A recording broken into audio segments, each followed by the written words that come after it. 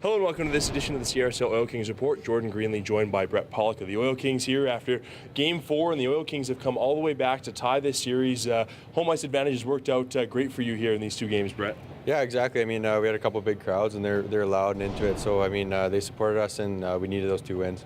Talk about the bounce back after those first two games in Portland. Not necessarily terrible efforts from this hockey club, but definitely not two wins, and what you were able to turn around here in these last two games. Yeah, I think it took us a couple games to get going. I mean, I think the games are a little closer than the score showed, and we had some unlucky bounces there and a couple of turnovers that hurt us. But to come back and tie it up, it's great for us, and we got a lot of momentum. Talk about the bounce back and some of the things that went well here in those two games, especially the play of Tristan Jarry.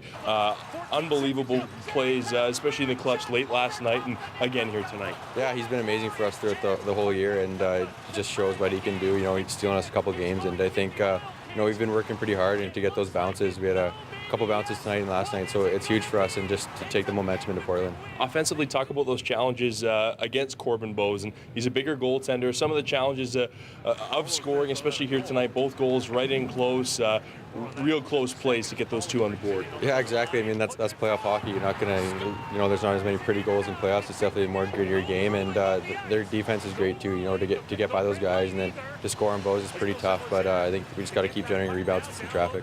You're able to set up that second one here tonight. Walk us through it.